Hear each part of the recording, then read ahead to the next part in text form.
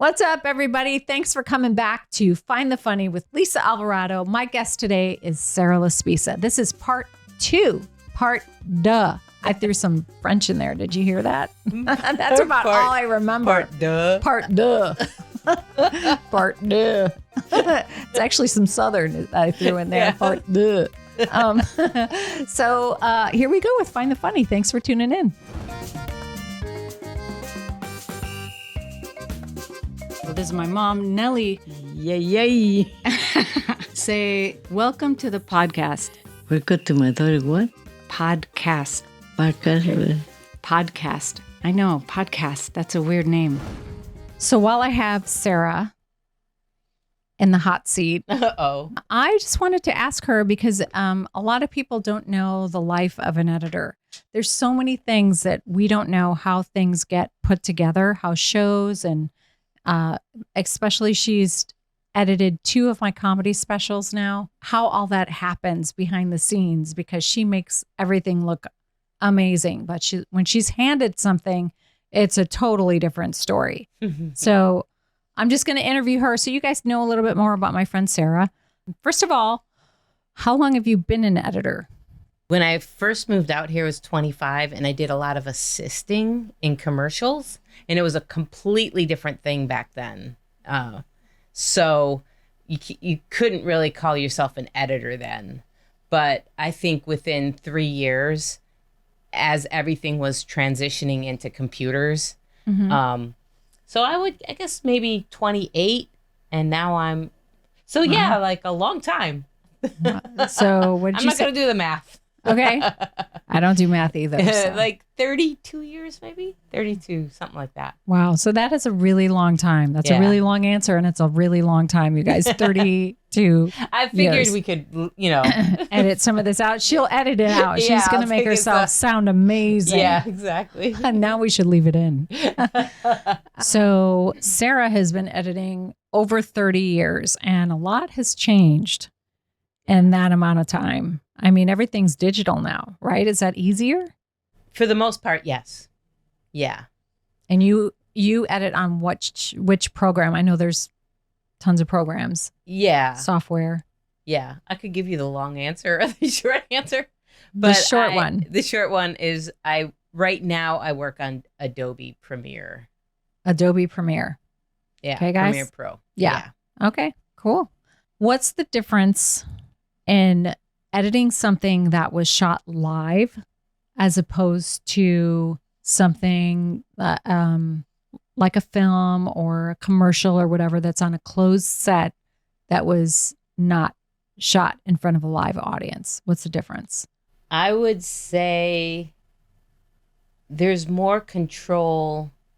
Like for example, I also did the documentary. Right. Right. So that's kind of live shooting. So when you say live shooting, you're referring to something like that too, right? Yeah. Or like say a live comedy special as opposed to like a TV show or a commercial that's on a closed set where you don't have an audience interacting and you have 100 takes. Yeah, exactly. You have like the opportunity there to take it until it's done. Right. So you can keep doing it. And there's usually a script supervisor that will circle your takes. So as the editor, the first pass is usually just taking all the circle takes and putting it together when it's something like a commercial or a film. But if it's live, then there usually is like a script supervisor there, but you don't have the opportunity to go over and over again. Right. So you don't know which one is the best take. For example, when we did your comedy special, we had 2 shows, and whatever performance was the best, that we would just take the best performance of that. Right. Whereas, like we did the Bachelorettes, we would do it until usually it's the last take. That's the best take, so you don't have to think so much. Right. It's kind of already. Yeah. You have everything pretty much set. Right, because the cast has been basically practicing the lines over and over and over. Yeah. And then you kind of nail it on the last couple. Right, exactly. Yeah. And then there's usually a storyboard for something like a commercial. Right. So there's preset angles. Sometimes you might try a different angle, but most of the time, the one that they planned for. Do you feel like you're an editor because you're more comfortable behind the camera? Nowadays, yeah. I really, really wanted to be an actor when I was, I mean, that's basically how we met is through that's true. an acting group, at church. At a church. Yep. So, and I love doing improv. I really do enjoy performing. Yeah. But yeah, there is something weird about the camera that I get a little weird in front of a camera. It's hard. I mean, I hate to watch myself back on tape. Oh, yeah, me too. Editing this next special is going to kill me because I have to watch myself over and over. And all I do is pick out everything I did wrong. You know? Right, I'm like, I look fat in that shot. Right. Oh, I didn't deliver that right. Yeah. Oh, why didn't I say this? Why did I have to repeat myself? It's this constant critique that's unfortunate, but it happens. So I can't imagine. We have an edit bay in our house, and we're not married yet, but we've been living long enough. We've been living together for like 10 years. 10 years. Isn't that crazy? Yeah. And she has not given it up yet. That's, I don't know why. Ditto. I know. I am playing hard to get. So what are editing secrets that you think the general audience would be amazed to know that actually happens? Like stuff that you were like, what? How was she able to cover that up? Or how did she do that? Or how did she make this work? Oh my gosh, that's a hard one. Because the best editing, you don't notice it. Right. That's what I mean. Yeah. But there's a lot of tricks and things that you can do. Like she taught me this thing I didn't know. There's this term for editors that they use that's called Frankenbite. Right? Yes. Explain to the audience when Frankenbite. I call it Frankenbizzle myself. But what is it exactly? Well, a Frankenbite is usually, you know what? The Bachelorette and The Bachelor do this an awful lot. And you can hear it sometimes. But usually what it is sometimes somebody will say something and they'll stumble over a word, right. And so then you basically find a place where they said it correctly, maybe somewhere down the way, and then you just stick it in the place where they stumbled. And then you do an edit right where the stumble happens. So it's kind of like cheating the sync. Right. I don't know if any of that makes sense to people. Right. But the sync, of the lips and the words. So you cheat it by cutting away right when they say it, or you get them to say something completely different by taking all these different words right from so they different can places. Literally, and reality shows are notorious for this, where they actually take your words and they'll put a sentence together that you never said. Right. So everything that you're saying is being recorded. And I always tell friends that are going to be on reality shows, because I was on one and I was actually on 2. Wait, 3. Oh my gosh. You were. That's so gross. I just threw up in my mouth. None of them was The Bachelor. No, I know. I was on Last Comic Standing, Funniest Mom in America, and on a dating show. Who wants to date a comedian? Somebody told me that one of my fans was like, oh my gosh, I just watched this rerun. It was like 20 years ago that I taped that.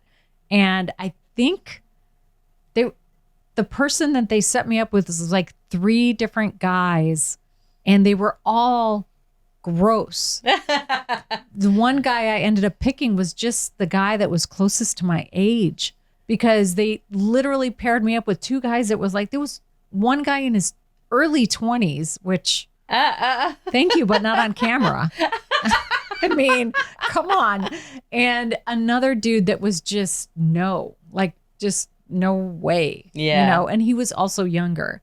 And they had to like compete for it was so gross. It was just, but anyway, that's where I learned how they do this, because they did that to me. So if you say, I don't want to date this person, they'll edit it to like, I don't want to date Jerry. They'll like just put it because you said the word Jerry later on. They just put it there.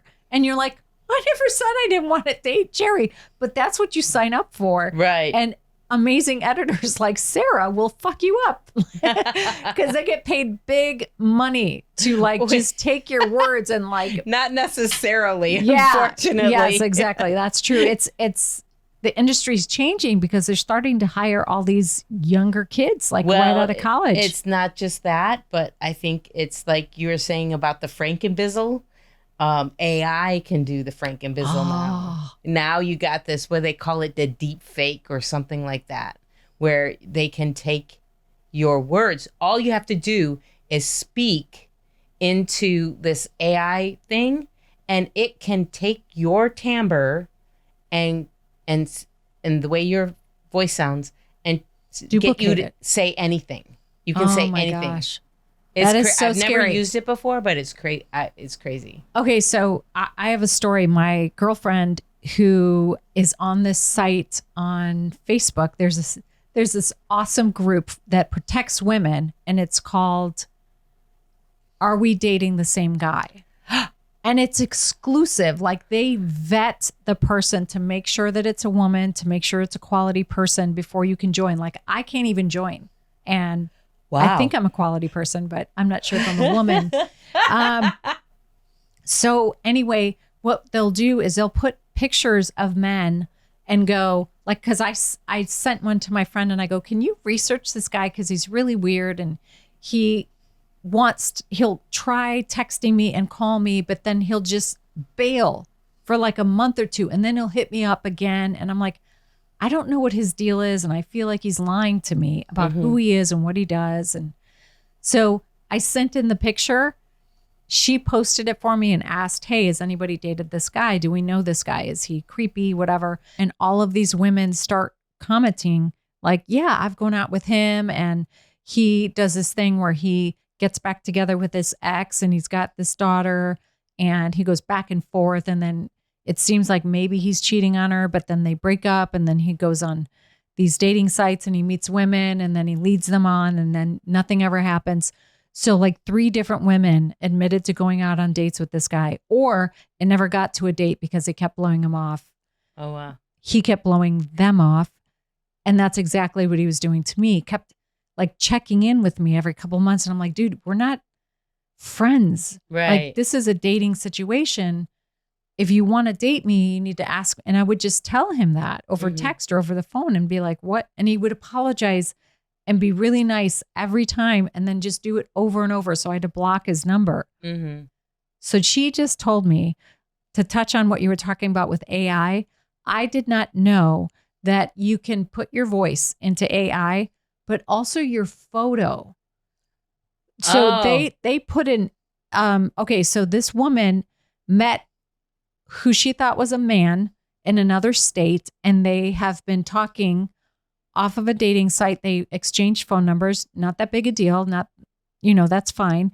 So he had the voice of this person, a man's voice, was talking to her, was totally into her. They'd been talking for weeks. He's like, send me photos. They're planning on meeting. She literally bought a ticket to come to California to meet this guy.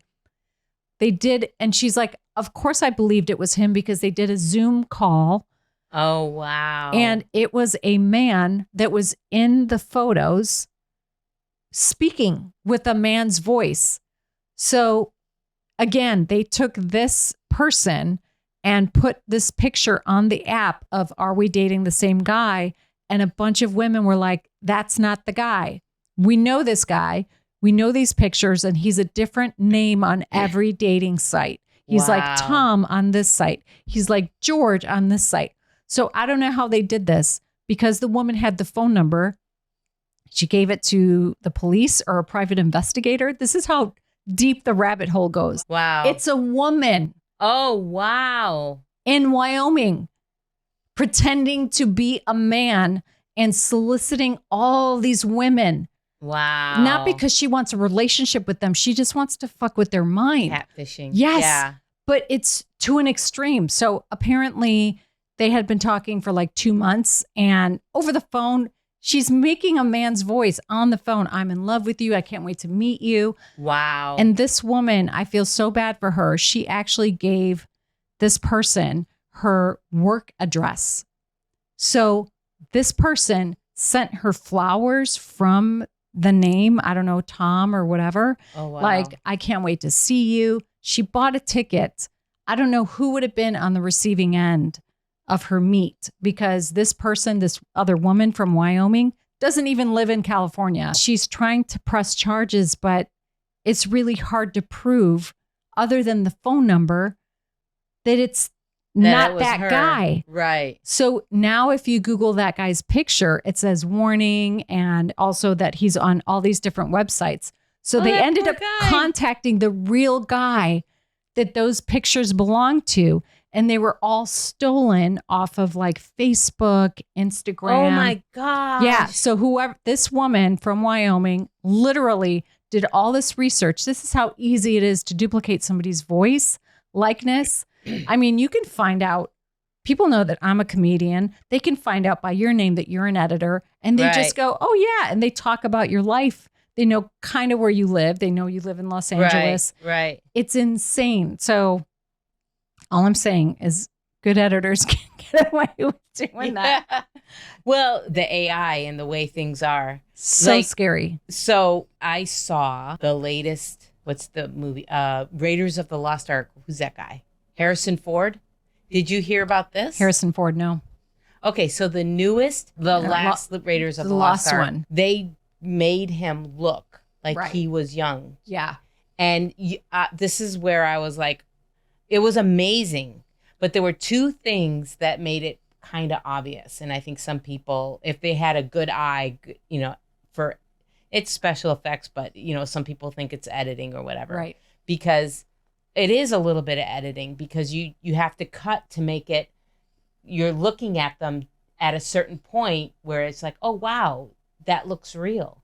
But something like that, he had a neck, like a rope around his neck, like a noose in one of the scenes. Oh. And maybe they put the head of Harrison, younger head, the robot head, or the animated head or whatever, to somebody else's body or whatever. Oh. You know what I mean? Like, there's certain things that you can do to kind of hide. So, I mean, that's like an editing trick too. Like how to make something fake look real. Right. Yeah. Exactly. I thought that was creepy too. He was super old. He's super old. Yeah. And he looked like his. Right. And when are they ever going to give a woman a role like that? Yeah. In their freaking 80s. Yeah. Yeah. Could you see like Betty White, like swinging from tree to tree, being Tarzan's woman? I don't like.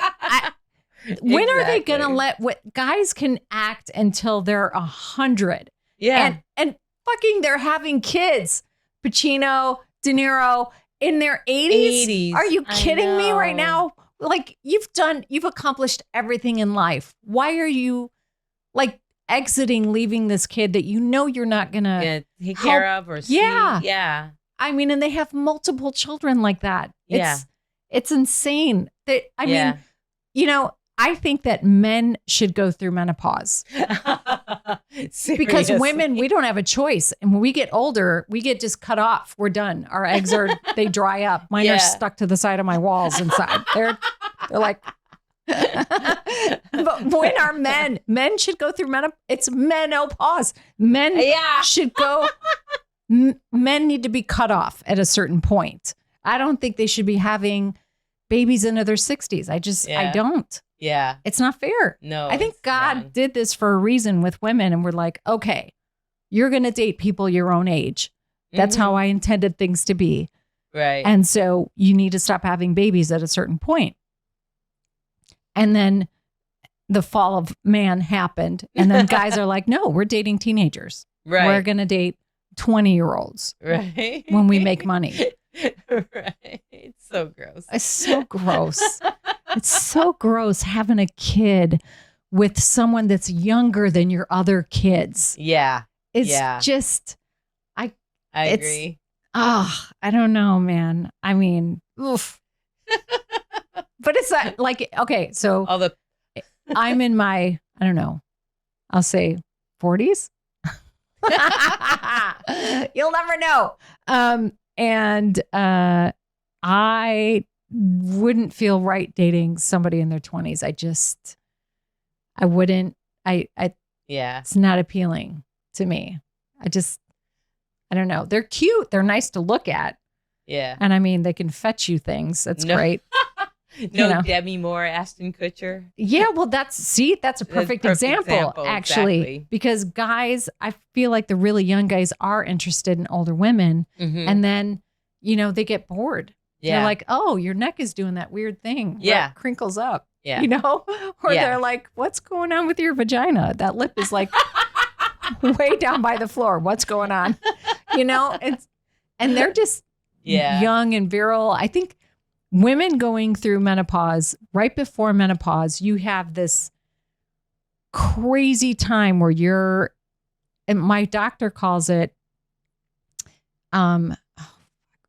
there's a word for it. My doctor told me that before you go into menopause, women get really, really horny. I was just gonna. We do. I told Lucy to leave the room several times because she is in danger. I don't know what I do with her, but she's a good kisser. That's all I have to say. But we get really, really horny because the body is going, hey, we're almost done making eggs. So if you want to have a baby, this is your last shot. So let's go. So your sex drive goes through the roof. And I think that's one of the reasons why the younger men, because when they're really young, 18 to say 25, 28, that's when they're really horny dudes. And so they want to get with an older woman because you're actually sexually more compatible. Right. The older the men get, they're also losing their sex drive as well. Uh-huh. So you're not compatible. Right. So I think that the younger guys really love it to date older women, but I don't know. But you're right. It dies out because. Yeah. And then women go into what? Hot flashes and what else do we get? Period here and there. You know, it's like. For me, it was achy. It was just like everything like ached. Yeah. And that they like to say that's, well, there's also like, I've listened to a lot of podcasts. Yeah. She has a lot of information, guys. But not to get too deep into it, there's certain things that are menopausal that they like to just not say is menopausal. They just say, oh, it's because like even weight gain is a form of a menopausal thing. It's a hormonal but they thing like too. to say no it's not. Right. You just need to exercise more. Right. Yeah, you're getting older, so you don't need to eat as much, or you just need to be more careful. Yep. And so, but it's because of menopause too, not just because of all that. I would love to see guys having to deal with what women go through. Not only do we like bleed once a month, but like an insane amount, like an amount where you're like, do you have blood flow in your body at all? Are you okay? Yeah. Like we should be transparent with all the bleeding we do once a month. I know that's weird. I know there's a lot of guys that listen to this, but you should know this. Women go through this. And the other thing, like pushing out babies is fully our responsibility. You know what I mean? And I mean, everything. And then not only do we have to have them, it'd be great if the guys could nurse. Right. Like, I'll push it out of my body. I'll wreck the lower half of my body, but you nurse. Yeah. You know what? You feed the freaking baby, And guys are like, oh, I do. I take this bottle that my wife filled up through her breast and I feed the baby. No, feed it. I mean, if they could put nipples on balls. I don't know. That sounds really gross.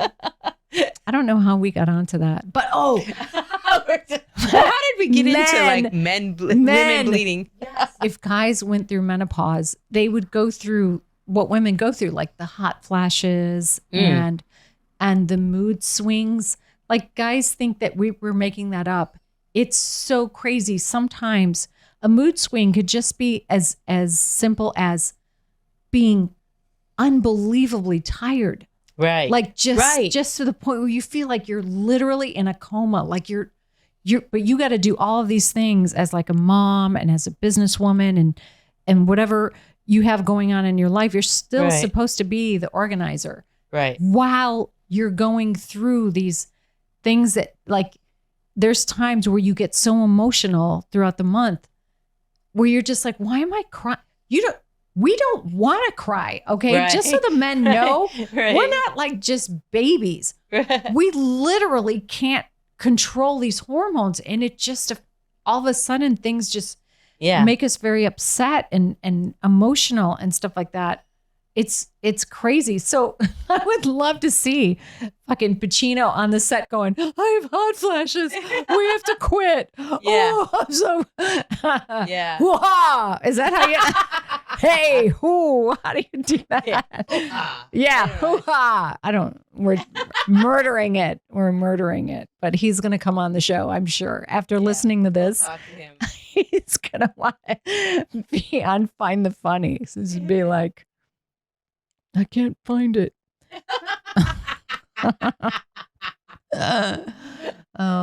Anyway, women are great. That's all. That's my point. Is it? You should call your mom. Yeah. You guys, I had so much fun with you. My friend Sarah Laspisa. Give it up for Sarah. Woo! Thank you. Even Lucy looked up. That's an applause break right there. So we will see you guys in 2 weeks. I will have a new guest or maybe it'll just be me because I'm cute and funny. Some people think. And I'll be in the background laughing hysterically. Yes. Sarah loves to laugh, which is one of the things I love about her. And she'll edit it and put in laughter where it needs to be. She'll Frankenbizzle that shit. You guys, we need you to follow on YouTube, please. That would be awesome because it helps us monetize. Why should YouTube keep all the money when my face is on the video? Lisa Alvarado, comedian. Okay. And I think I'm going to make a new Instagram page. It will be Lisa Alvarado Comedy because they took Lisa Alvarado Comedian from me. That's not nice. So come back in 2 weeks for Find the Funny. Thanks for stopping by. Bye. I hope everybody listen to my daughter and see it and laughing on her because she is very funny.